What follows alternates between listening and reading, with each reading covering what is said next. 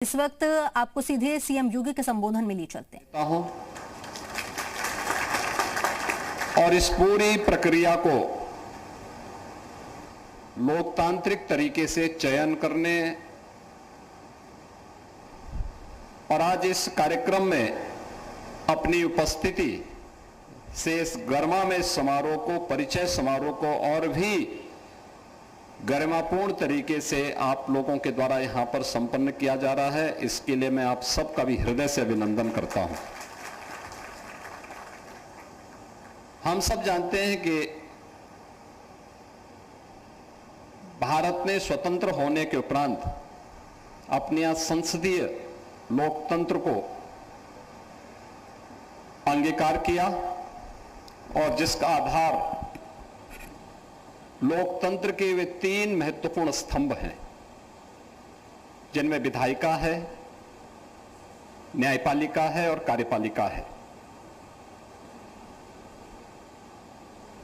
हम इन सभी तीनों स्तंभों को जब देखते हैं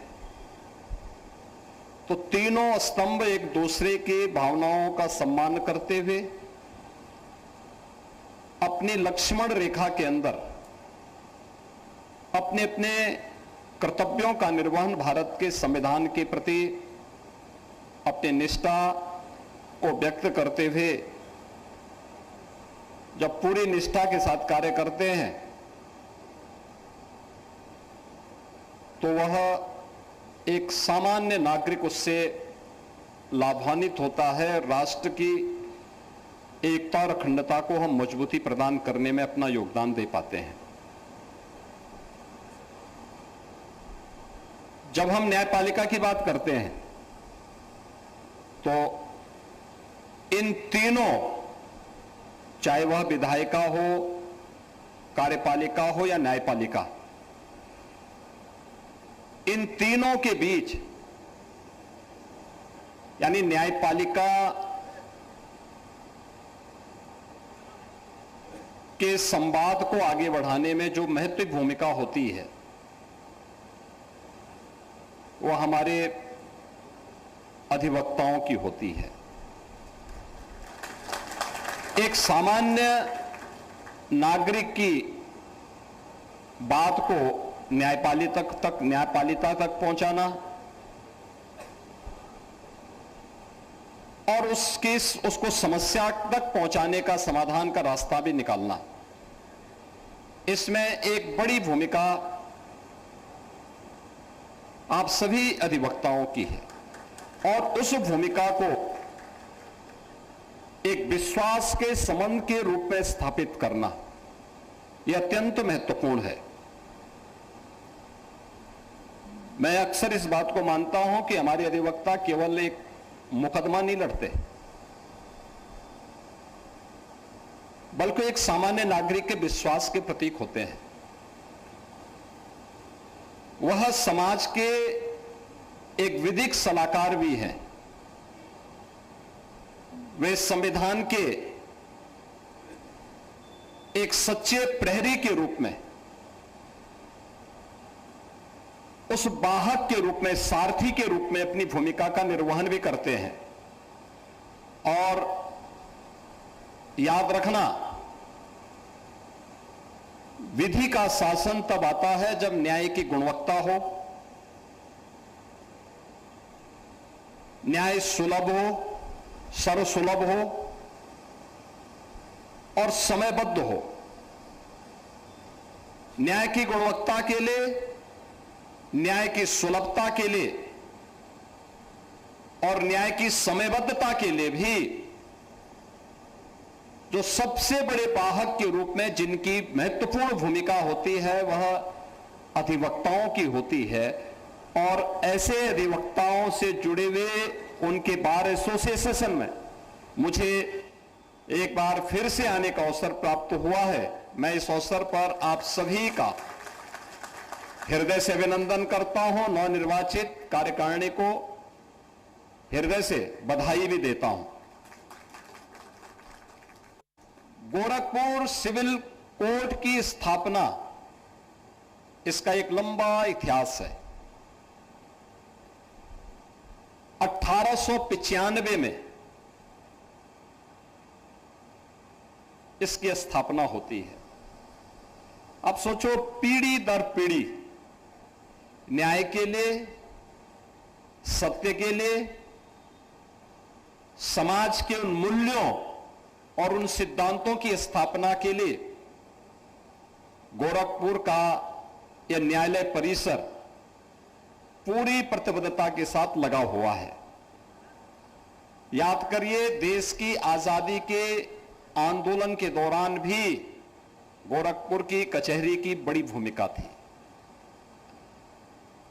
उस समय bar association civil court Gorakhpur के अधिवक्ताओं ने एक बड़ी भूमिका का निर्वहन किया और यही कारण है कि बार एसोसिएशन गोरखपुर ने केवल स्वाधीनता आंदोलन ही नहीं, बल्कि स्वाधीनता आंदोलन के बाद भी राजनीति के, समाज जीवन के अलग अलग क्षेत्र में उन्होंने प्रतिनिधित्व भी देकर के समाज को एक नई दिशा देने का काम किया। जब हम यहां के इतिहास के बारे में कहते हैं तो बाबू चारू चंद्र दास जी, जस्टिस इस्माइल, इनका नाम हम सबके सामने बड़े श्रद्धा के साथ, बड़े सम्मान के साथ लिया जाता है। यही के अधिवक्ता पंडित हरीश चंद पति त्रिपाठी जी, प्रमोद चंद कुमार श्रीवास्तव जी माननीय उच्च न्यायालय इलाहाबाद के न्यायमूर्ति के रूप में इन्होंने यहां के बार को सम्मानित किया। एडवोकेट केपी सिंह जी राजनीति के क्षेत्र में उन्होंने आप सबकी बदौलत उत्तर प्रदेश के अपर हाउस का प्रतिनिधित्व किया। दो बार विधान परिषद के सदस्य चुने गए। यानी जिस बार का महत्व इस बात से जोड़ा जाता है कि उसने न्यायमूर्ति दिए, स्वाधीनता संग्राम के अग्रणी सेनानी दिए और उसने एक समृद्ध विरासत अपनी वर्तमान पीढ़ी के लिए छोड़ा हो, उस बार एसोसिएशन के साथ जुड़ना और उस बार के साथ, उस गरिमा के साथ आगे बढ़ना एक हम सब के लिए महत्वपूर्ण उपलब्धि होती है। मित्रों, हम सब इस बात को जानते हैं कि भारत की आजादी के दौरान देश के अधिवक्ताओं की भूमिका कितनी महत्वपूर्ण थी।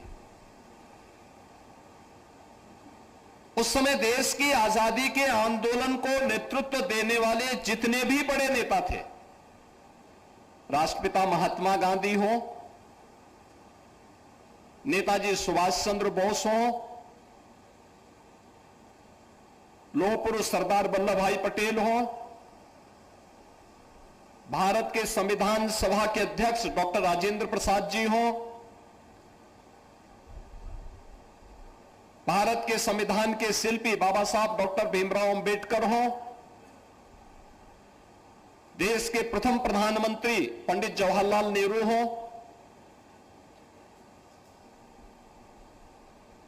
एक लंबी श्रृंखला है। महामना पंडित मदन मोहन मालवीय का नाम हो, उत्तर प्रदेश के प्रथम मुख्यमंत्री पंडित गोविंद वल्लभ पंत का नाम हो, यानी ये सभी अधिवक्ता समुदाय से निकले हुए थे। यानी कितनी गरिमापूर्ण और कितनी गौरवशाली परंपरा अधिवक्ताओं की है। और उस गौरवशाली परंपरा के साथ आप सबको जोड़ने का अवसर प्राप्त होता है। आप जब भी, याद रखना, जिसके सामने एक समृद्ध परंपरा हो, एक समृद्ध आदर्श हो, उसके लिए आगे बढ़ने के लिए एक लक्ष्य होता है कि हम भी प्रयास करेंगे तो वहां तक पहुंच सकते हैं। उन्होंने भी शुरुआत छोटे से की, लेकिन एक लंबी छलांग लगाई और वहां तक पहुंचे। डॉक्टर राजेंद्र प्रसाद जी की सादगी, उनकी ईमानदारी, भारत के मूल्यों के प्रति उनकी निष्ठा, किसी से छुपी भी नहीं थी। मैं जब भी प्रयागराज जाता हूं, मुझे डॉक्टर राजेंद्र प्रसाद जी की स्मृतियां आती हैं। जब मैं वहां के फोर्ट को देखता हूं, वहां के किले को देखता हूं, उस किले में प्रेसिडेंट सूट है। तो मैंने पूछा वहां, जब पहली बार जब मुझे प्रयागराज जाने का अवसर प्राप्त हुआ, तो मैंने पूछा, मैंने कहा भाई प्रेसिडेंट सूट का मतलब यहां? तो तब मुझे बताया गया कि कुंभ के दौरान भी और प्रतिवर्ष माघ मेले के दौरान भी राष्ट्रपति रहते हुए डॉक्टर राजेंद्र प्रसाद जी प्रतिवर्ष 1 माह का समय प्रयागराज में व्यतीत करते थे। माघ मेले के दौरान वहां रह करके अपने आध्यात्मिक मूल्यों को किस रूप में विकसित करके राष्ट्र को लाभान्वित करते थे, यह कार्य प्रयागराज में रहकर के उनके द्वारा संपन्न किया जाता था। भारत केवल स्वतंत्र 1947 में हमें राजनीतिक स्वतंत्रता नहीं मिली थी, भारत को संपूर्ण स्वतंत्रता प्राप्त हुई थी। भारत के मूल्यों की स्थापना के लिए क्या कुछ प्रयास होने चाहिए। जब सोमनाथ के मंदिर के पुनरुद्धार के कार्यक्रम के दौरान वहां पर भगवान सोमनाथ की मूर्ति प्राण प्रतिष्ठा के कार्यक्रम को लेकर के तत्कालीन सरकार और तत्कालीन प्रधानमंत्री के द्वारा रोकने का प्रयास हुआ, तो राष्ट्रपति के रूप में उन्होंने मना किया। उन्होंने कहा नहीं, सोमनाथ मंदिर का पुनरुद्धार ये भारतीय संस्कृति और भारत की सनातन मूल्यों की अभिवृद्धि का एक सनातन प्रयास है और मुझे इस कार्यक्रम में जाना चाहिए। मैं इस कार्यक्रम में जाने से अपने आप को रोक नहीं सकता हूं। और वे स्वयं सोमनाथ गए, उन्होंने इस कार्यक्रम को अपने हाथों से संपन्न किया। आखिर राजेंद्र बाबू भी तो अधिवक्ता थे और इसलिए राजेंद्र बाबू की इस स्मृति को बनाए रखने के लिए हमारी सरकार ने देश की संविधान सभा के अध्यक्ष के रूप में उनके योगदान को ध्यान में रखते हुए उत्तर प्रदेश के प्रयागराज में हम लोग doctor Rajendra Prasad national law university का निर्माण हम लोगों ने किया है। उसका काम अंतिम चरणों में चल रहा है, सत्र प्रारंभ हो चुका है। आज मैं इस बात को कह सकता हूं कि एक बड़ी समृद्ध परंपरा के आप वाहक हैं और उस समृद्ध परंपरा में हम सबको इस बात को ध्यान में रखना होगा कि जब भी यह देश अच्छे ढंग से आगे बढ़ा है, स्वर्णिम काल की आभा में नित नए प्रतिमान स्थापित करता है, उस समय उतने ही चुनौतियां भी हमारे सामने आती हुई दिखाई देती है। ये चुनौतियां दोनों प्रकार की होती हैं, आंतरिक भी होती हैं, बाह्य भी होती है। उन चुनौतियों का सामना करने के लिए हमें अपने आप को कैसे तैयार करना है, यह समाज के एक जागरूक प्रहरी के रूप में आपकी एक बड़ी भूमिका होती है। और उस भूमिका के लिए हमारे अधिवक्ता समुदाय को अपने आप को तैयार करना होगा, अपने आप को तैयार करना होगा। और उस दिशा से आपने पिछले 12 वर्ष में बदलते हुए भारत की तस्वीर को देखा है। आज से 12 वर्ष पहले एक सामान्य भारतीय के मन में क्या भाव थे, दुनिया हमारे बारे में क्या सोचती थी, आज क्या सोच रही है, इन दोनों के परसेप्शन को आप देखेंगे तो आपको 360 डिग्री का अंतर दिखाई देगा, 360 डिग्री का अंतर दिखाई देगा। आज से 12 वर्ष पहले भारत के बारे में दुनिया की निगाहों में एक कमजोर देश, अपने मूल्यों और आदर्शों से विमुख देश, गरीबी, बदहाली, बेरोजगारी, अराजकता, भ्रष्टाचार, ये एक नियति बन चुकी थी। आज जिस भारत को हमारी पीढ़ी देख रही है, वह भारत अपने मूल्यों के प्रति प्रतिबद्ध भारत दिखाई देता है। वह भारत अपनी विरासत का संरक्षण करने वाला भारत है। वह भारत उत्तर से दक्षिण, पूरब से पश्चिम एक भारत के रूप में श्रेष्ठ भारत की यात्रा को करता हुआ दिखाई देता है। वह भारत आज अपने वर्ल्ड क्लास इंफ्रास्ट्रक्चर के लिए जाना जा रहा है। वह भारत न केवल अपनी समृद्ध परंपरा के लिए बल्कि अपने समृद्ध आर्थिक व्यवस्था को मजबूती के साथ आगे बढ़ाने वाला दिखाई दे रहा है। ये जो हमने गति प्राप्त की है, यह अद्भुत है। कोई कल्पना करेगा कि इन 12 वर्षों में 25 करोड़ आबादी गरीबी रेखा से उभर करके एक सामान्य नागरिक के रूप में अपना जीवन यापन कर रही है। यह प्रयास से हुआ है। एक प्रयास जहां पे चेहरा देख करके नहीं, जाति, मत, मजहब, क्षेत्र और भाषा देख करके नहीं, बल्कि भारत के संविधान के उस मौन भाव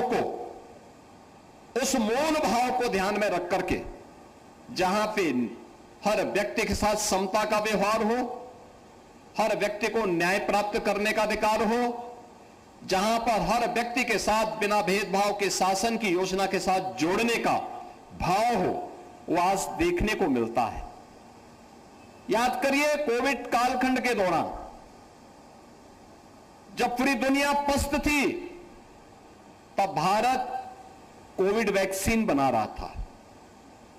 और गोरखपुर और पूर्वी उत्तर प्रदेश से ज्यादा कौन जानता है इसके बारे में? आपने इंसेफ्लाइटिस की लड़ाई मेरे साथ सड़कों पे लड़ी है। आप में से बहुत सारे अधिवक्ता ऐसे हैं जो मेरे साथ पद यात्रा करते थे, जो मेरे साथ सड़कों पे लड़ते थे, जो मेरे साथ हर स्तर पर आंदोलन में सहभागी बनते थे। सिविल कोड बार एसोसिएशन हमेशा गोरखपुर का अधिवक्ता मेरे साथ। गोरखपुर की लड़ाई, आज जो गोरखपुर की तस्वीर बदली है, ये तस्वीर केवल एक राजनीतिक निर्णय से नहीं बदली है। ये वो तस्वीर बदली है जो हम लोगों ने आपके साथ में सड़कों पे लड़ करके देखा है और सड़कों पर उन मूल्यों की स्थापना के लिए कार्य किया है। और उस भाव के साथ जब हम आगे बढ़े हैं, तब ये परिवर्तन हम सबको देखने को मिला। इंसेफ्लाइटिस का वैक्सीन दुनिया के अंदर पहली बार देखा गया था 1905 में। 1905 में इसका पहला वायरस देखने को मिला था। और याद रखना, इसका वैक्सीन जापान ने 1905 में ही ढूंढ निकाला था, लेकिन भारत में पहुंचने में उस वैक्सीन को लगा 100 साल। 2005 में जब हमने पहली बार यहां इंसेफ्लाइटिस का वैक्सीनेशन कराया था, याद करिए 100 साल के बाद वैक्सीन गोरखपुर आ पाया था।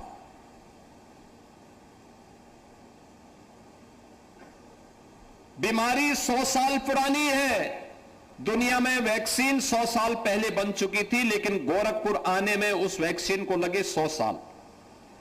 और कोविड के समाधान के लिए प्रधानमंत्री मोदी जी के नेतृत्व में जो अभियान चला, मात्र 9 महीने में हमने भारत के अंदर अपना वैक्सीन बनाया। न केवल भारत की 140 करोड़ लोगों को बचाने का कार्य किया, बल्कि दुनिया के अंदर 100 देशों को भी वैक्सीन की आपूर्ति की। बहुत सारे देश ऐसे थे जो वैक्सीन नहीं खरीद सकते थे, उनको भी वैक्सीन उपलब्ध करवाया। यानी भारत के अंदर 140 करोड़ के भारत में 80 करोड़ लोगों को फ्री में राशन की सुविधा थी। आज भी भारत 80 करोड़ लोगों को फ्री में राशन की सुविधा दे रहा है। कोई सोचता था भारत के अंदर 50 करोड़ लोगों को आयुष्मान भारत की 5 लाख रुपए की सुविधा हर वर्ष प्राप्त हो पाएगी? जो हमारे अध्यक्ष जी और मंत्री जी यहां पे कह रहे थे, कैशलेस सुविधा, यही कैशलेस की सुविधा है जो भारत के अंदर 50 करोड़ लोगों को फ्री में उपलब्ध करवाने का काम आज यहां पे डबल इंजन की ये सरकार मोदी जी के नेतृत्व में कर रही है। कोई सोचता था, कोई सोच ही नहीं सकता था। 12 करोड़ घरों में एक शौचालय बन गए। कोई सोचता था 4 करोड़ लोगों के अपने घर बन जाएं। कोई सोचता था 45 करोड़ लोगों के घर में जनधन के अकाउंट खुल जाएंगे। पहले हम बैंक में अकाउंट खोलने के लिए जाते थे तो कहता था, बैंक वाला कहता था कि 1000 रुपया जमा करिए। जिसने 1000 रुपया देखा ही नहीं था उससे कहा जाता 1000 रुपया जमा करेंगे तब बैंक अकाउंट खोलेंगे। बैंक अकाउंट भी नहीं खोल पाए। एक साथ इतने लोगों को प्राप्त हुआ। आज परिणाम क्या है? डीबीटी के माध्यम से हम करोड़ों रुपया एक क्लिक करते हैं, पैसा उसके अकाउंट में पहुंच जाता है। बीच में किसी प्रकार की कोई दलाली नहीं। एक गरीब को उसके जीवन में परिवर्तन करने का आधार टेक्नोलॉजी कैसे हो सकती है, ये डीबीटी उसका माध्यम बनी है। रसोई गैस के कनेक्शन के लिए भटकना पड़ता था। 12 करोड़ परिवारों को फ्री में रसोई गैस के कनेक्शन मिले। ये जो परिवर्तन है, इस परिवर्तन ने 25 करोड़ लोगों के जीवन में एक नया सवेरा लाने में सफलता प्राप्त की। यह परिवर्तन जो हुआ है,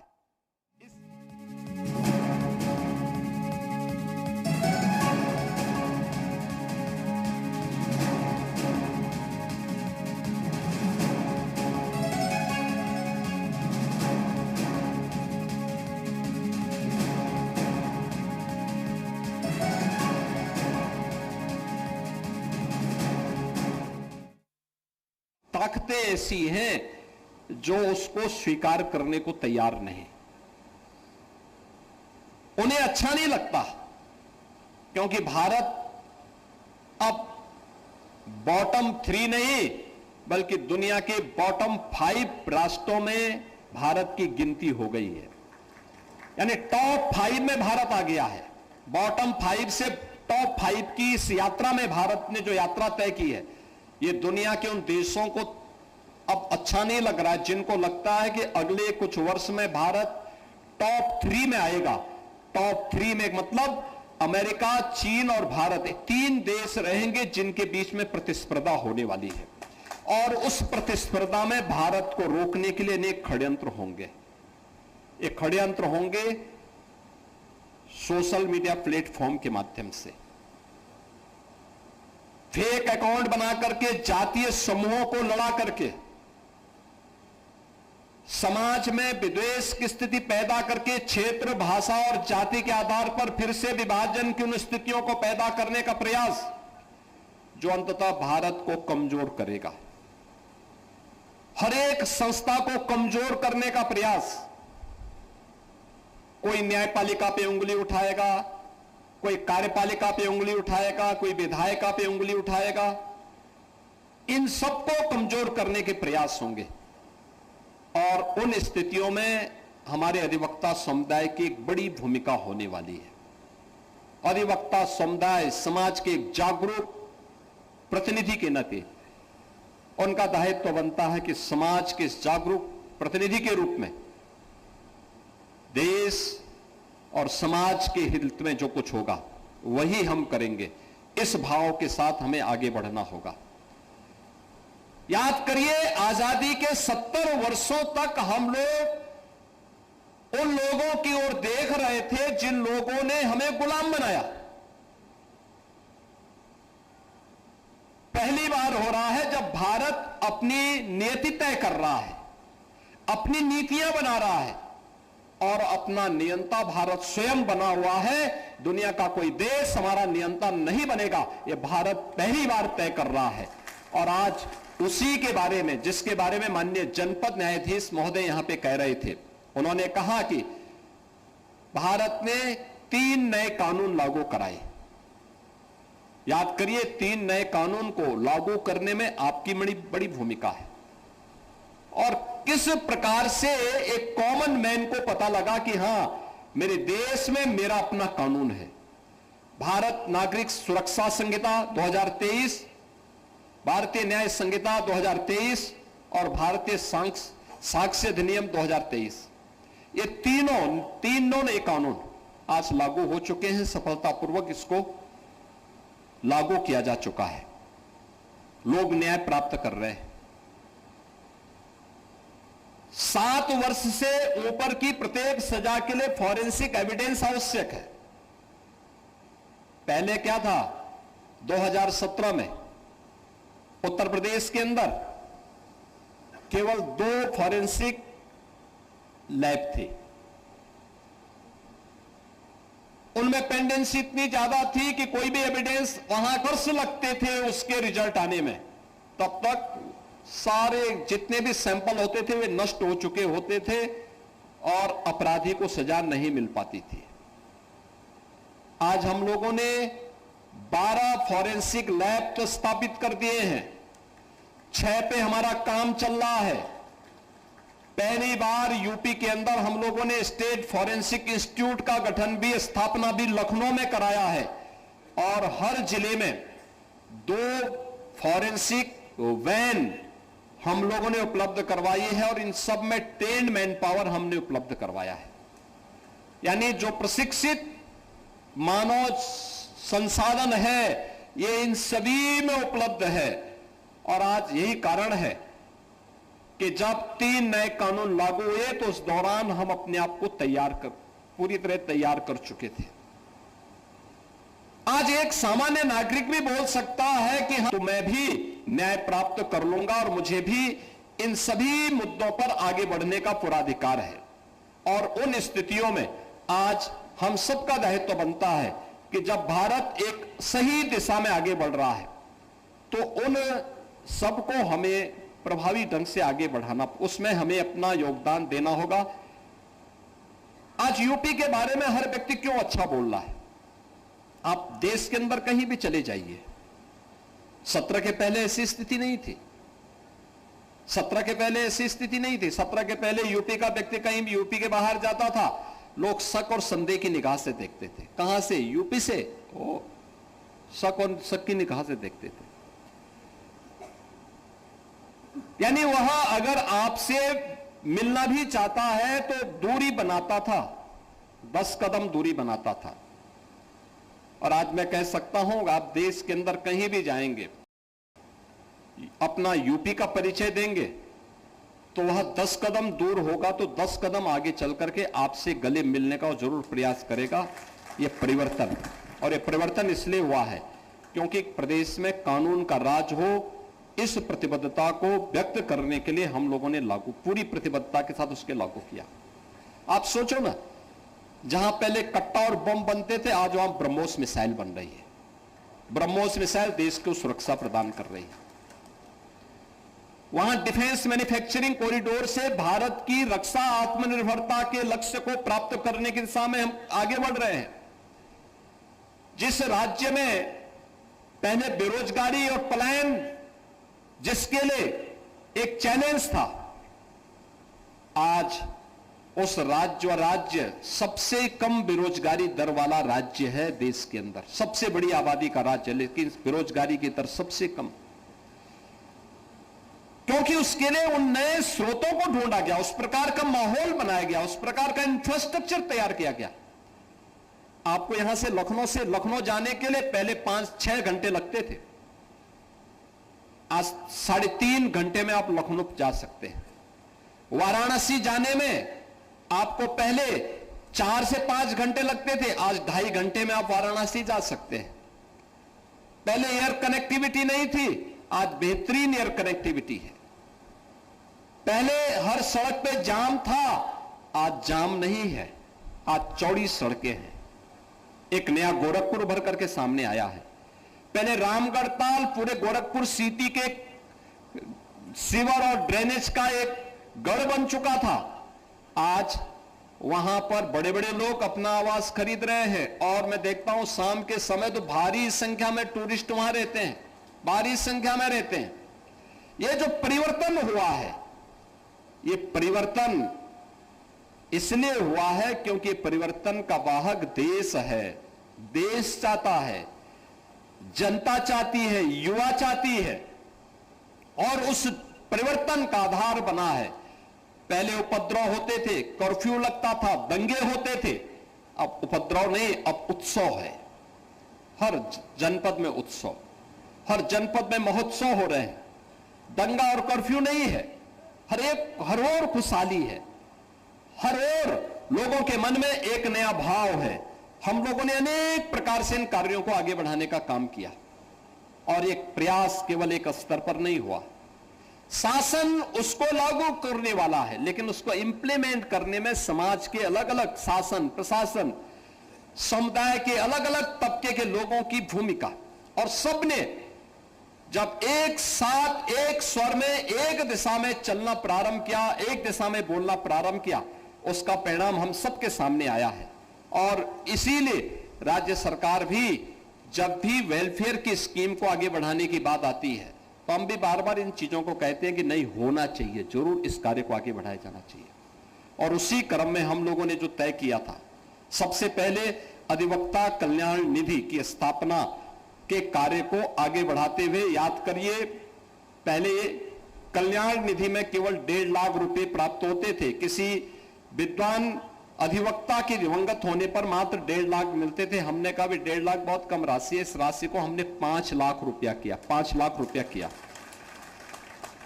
और मुझे बताते हुए प्रसन्नता है कि हम लोगों ने इसके जो कॉर्पस फंड है, इसको हमने 500 करोड़ रुपए का ही कॉर्पस फंड आपका बना दिया है कि उसी से कोई राज्य सरकार कोई भी रहे, इसके ब्याज से ही सारा पैसा से काम चलेगा। अब तक हम 4000 ऐसे अधिवक्ताओं के परिवारजनों को 200 करोड़ रुपए से अधिक की धनराशि उपलब्ध करवा चुके हैं। इसके साथ ही आर्थिक सहायता पहले केवल 60 वर्ष तक की आयु की सीमा तक ही प्राप्त होता था। अब हम लोगों ने अधिवक्ता अगर 70 वर्ष तक का भी है, दुर्भाग्य से दिवंगत हो गया है, तो उसके परिवार को भी हम लोग इससे आच्छादित करते हैं। और ये कार्य हम लोगों ने यहां किया है। न्याय मित्र और विशेष अधिवक्ता था नामित अधिवक्ता की बहस की फीस को बढ़ाकर के हम लोगों ने 2300 रुपए कर दी है। उप जिला शासकीय अधिवक्ता और रिटेनर फीस को बढ़ाकर 9000 रुपए, सहायक जिला शासकीय अधिवक्ता की रिटेनर फीस को 10,000 रुपए, अपर जिला शासकीय अधिवक्ता की रिटेनर फीस को बढ़ा के 11,000 रुपए, तथा जिला शासकीय अधिवक्ता की प्रतिमाह रिटेनर फीस को बढ़ाकर के 14,000 रुपए कर दी है। सभी जिला शासकीय अधिवक्ताओं की बहस फीस में भी वृद्धि की गई है।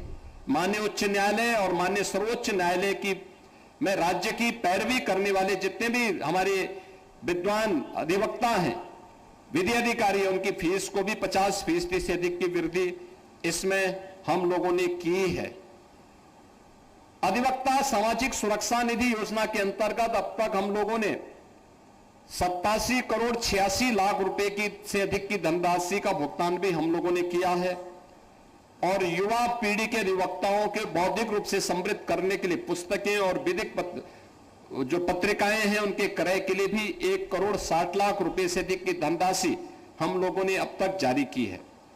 इसके साथ ही अधिवक्ताओं के बेहतर कार्य वातावरण बनाने के लिए त्वरित आर्थिक विकास निधि से हम लोगों ने अधिवक्ता भवन, चैम्बर बनाने के लिए झांसी, सुल्तानपुर, वाराणसी, प्रतापगढ़, संत कबीरनगर, सिद्धार्थनगर, देवरिया, बलरामपुर, गोरखपुर में भी हम लोगों ने धनराशि उपलब्ध करवाई है। प्रयागराज में 11 करोड़ रुपए, कासगंज में 15 करोड़ रुपए, लखनऊ में 5 करोड़ रुपए, श्रावस्ती में 5 करोड़ रुपए की धनराशि पहले ही अवमुक्त की जा चुकी है। और इलाहाबाद उच्च न्यायालय में 10,000 अधिवक्ताओं के बैठने की क्षमता के लिए 2,500 advocate chamber, multi level parking, dining hall, common room और लाइब्रेरी के निर्माण के लिए भी हम लोगों ने 600 करोड़ रुपए की लागत से इसको पूर्ण करके इलाहाबाद उच्च न्यायालय को उपलब्ध करवा दिया है। मित्रों, मैं यहां पे गोरखपुर में भी बहुत बार कहा हूं और मैं 17 से ही बोल रहा था और मैं चाहता था पहले गोरखपुर में लागू हो जाए, लेकिन गोरखपुर में उस प्रकार की परिस्थिति नहीं बनी। लेकिन इंटीग्रेटेड कोर्ट कॉम्प्लेक्स जिसको लेके अक्सर हम देखते हैं, मैं देख रहा था, वो तो आपका जज्बा है और आपका वो है। मैं देख रहा था बहुत तेज धूप थी, तब भी इधर हमारे अधिवक्तागण धूप में खड़े रहे, उनको उसकी बहुत परवाह नहीं थी। यानी मैं देख रहा था कितना क्या जिजीविसा है। बारिश पड़ रही थी तब भी इधर भी और उधर भी अधिवक्ता बारिश से भी भीग रहे थे, लेकिन कार्यक्रम में खड़े थे। यानी प्रकृति के विपरीत परिस्थितियों से भी जूझने का एक भाव। लेकिन हर एक चीज की अपनी एक सीमा होती है, एक समय तक होता है, और अगर उसको थोड़ा सुविधा संपन्न कर दिया जाए, उसकी कार्य क्षमता को और बढ़ाया जा सकता है। ये जो भी फैसिलिटी है, ये यहां पर फिजूल खर्ची नहीं है। इस कार्य क्षमता को बढ़ाने की दिशा में कार्य किए जाने के लिए, जैसे न्यायिक अधिकारियों के लिए मैं बहुत सकता कि डिस्ट्रिक्ट जज या एडिशनल डिस्ट्रिक्ट जज या सीजीएम के चेंबर में एसी नहीं थे। भीषण गर्मी में कैसे दोनों तरफ की गर्मी, एक और तो प्रकृति की गर्मी, दूसरी तरफ अधिवक्ताओं की गर्मी, और उस गर्मी में उनको फैसला देना होता था। हमने कहा भी नहीं, तत्काल पैसा स्वीकृत करो, एसी लगने चाहिए। भाई ये उनकी कार्य क्षमता को बढ़ाने के लिए, और मैं धन्यवाद दूंगा यहाँ के इस अपने माने जनपद न्यायाधीश और यहाँ के सभी न्यायिक अधिकारियों को, और आपको भी, कि इन्होंने एक समय सीमा के अंदर 2 लाख में से 1,81,000 मामलों का निस्तारण करके एक नया रिकॉर्ड बनाया है कि यह है न्याय की क्वालिटी। त्वरित न्याय उपलब्ध कराने की दिशा में किए जाने वाले प्रयास का, और उस प्रयास की दिशा में हम लोगों ने 10 जनपदों में, या 2017 के पहले से कई 10 जनपद ऐसे थे जहां कोर्ट बने ही नहीं थे, डिस्ट्रिक्ट कोर्ट ही नहीं बनी थी। मैंने पूछा वे कहां चलते हैं इनके कोर्ट? बगल के जनपद में। अरे भाई न्यायिक अधिकारी कैसे बैठते हैं, अधिवक्ता कहां रहते हैं? कहा भगवान भरोसे। हमने तत्काल 3,000 करोड़ रुपए मैंने एक साथ स्वीकृत किया। मैंने कहा एक साथ बनाना, और याद करना, इंटीग्रेटेड कोर्ट कॉम्प्लेक्स बनना चाहिए। एक छत के नीचे सभी न्यायालय बने, जितने ट्रिब्यूनल बनने वे भी उसी छत के नीचे आए, एक जगह सब होने चाहिए। और उस कैंपस में कम से कम 25 से 30 एकड़ क्षेत्रफल में हो। वहीं पे न्यायिक अधिकारियों के आवासीय सुविधा भी हो, स्पोर्ट्स की सुविधा भी हो, कैंटीन भी हो, अधिवक्ताओं के चैम्बर भी बने, और वहां पर पार्किंग की भी पर्याप्त व्यवस्था हो। ये सभी, उन सभी 10 जनपदों में कार्य प्रारंभ हो चुका है। और मुझे प्रसन्नता है जब हमने प्रेजेंटेशन देश के मुख्य न्यायाधीश के सामने प्रस्तुत किया, और वे स्वयं चंदौली में इस कार्य का शुभारंभ करने के लिए आए, अभिभूत थे। उन्होंने कहा यह मॉडल बहुत अच्छा है, और मैं पूरे देश के अंदर कहूंगा कि उस समय माननीय मुख्य न्यायाधीश महोदय ने कहा था, मैं पूरे देश के अंदर कहूंगा कि इस प्रकार का मॉडल लागू किया जाना चाहिए, जहां पे इंटीग्रेटेड कोर्ट कॉम्प्लेक्स बनाया जा सके, एक छत के नीचे सभी कोर्ट भी आ सके, और अधिवक्ताओं के बेहतरीन चेंबर भी बन सके, उनके लिए कैंटीन बन सके, उनके लिए अन्य जन सुविधाओं का विकास हो सके। टॉयलेट नहीं है, पेयजल की सुविधा नहीं है, ऑडिटोरियम नहीं है, कोई कार्यक्रम करना हो ऑडिटोरियम नहीं है, प्लेग्राउंड न्यायिक अधिकारियों के लिए नहीं है, कोई भी इस प्रकार के वो नहीं। परिणाम क्या होता है? कार्य क्षमता पर इसका असर पड़ता है, और उस कार्य क्षमता को आगे बढ़ाने के लिए हम लोगों ने इन सभी कार्यों को जनपद न्यायालयों में हम लोगों ने इस कार्य को आगे, यानी 10 जनपदों में इंटीग्रेटेड कोर्ट कॉम्प्लेक्स के कार्य को हमने लागू कर दिया है। जनपदीय न्यायालयों में आधुनिक सुविधाएं जैसे air condition, digital deposition writer की व्यवस्था, यह भी कार्य आगे बढ़ा दिया गया है। और साथ साथ जो मैंने पहले भी बताया कि हम लोगों ने हर रेंज में, यानी मंडल स्तर पर फॉरेंसिक लैब की स्थापना भी की है। हर जिले में 2-2 मोबाइल फॉरेंसिक वैन की भी व्यवस्था की है, और यूपी स्टेट फॉरेंसिक इंस्टीट्यूट की स्थापना का काम भी हम लोगों ने प्रदेश के अंदर मजबूती के साथ आगे बढ़ाया है। मुझे यह देख करके अच्छा लगा कि एडीआर, अल्टरनेटिव डिस्प्यूट रिजोल्यूशन, यानी जिसमें लोक अदालत, मीडिएशन, आर्बिट्रेशन के माध्यम से भी त्वरित न्याय सुनिश्चित किया जा रहा है, ये भी हम लोग आज देख रहे हैं। आज राज्य सरकार inter operable criminal justice system ICJS के अंतर्गत ई कोर्ट्स, ई पुलिसिंग, ई प्रोसिक्यूशन, ई फॉरेंसिक, ई प्रिजन की इंटीग्रेटेड प्लेटफॉर्म पर भी इसको जोड़ने की कार्रवाई तेजी के साथ आगे बढ़ रही है, जिसमें न्यायिक और प्रशासनिक प्रक्रियाएं भी बहुत तेजी के साथ आगे बढ़ाने का काम हो रहा है। इन सभी कार्यों को हम मजबूती के साथ आगे बढ़ा रहे हैं